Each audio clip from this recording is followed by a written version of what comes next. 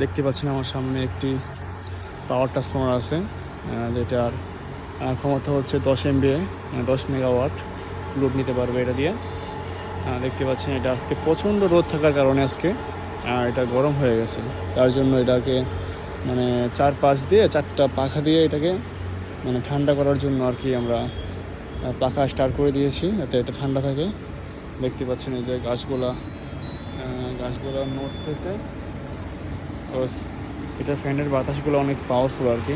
দেখতে পাচ্ছেন এই পাশে 2টা, ওই পাশে 2টা, আর ওই পাশে আছে আরও 2টাতে 4টা, মানে 8টা ফ্যান দিয়ে আর কি এটা ঠান্ডা রাখার চেষ্টা করতেছি।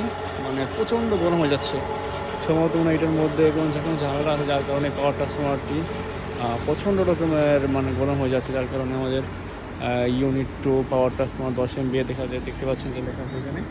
এটা আর কি বাতাস দিয়ে আমরা ঠান্ডা রাখার জন্য আর কি ট্রাই করতেছি। দেখতে পাচ্ছেন নিচে যে গাছগুলো নড়তেছে সুন্দর করে, খুব সুন্দর লাগতেছে।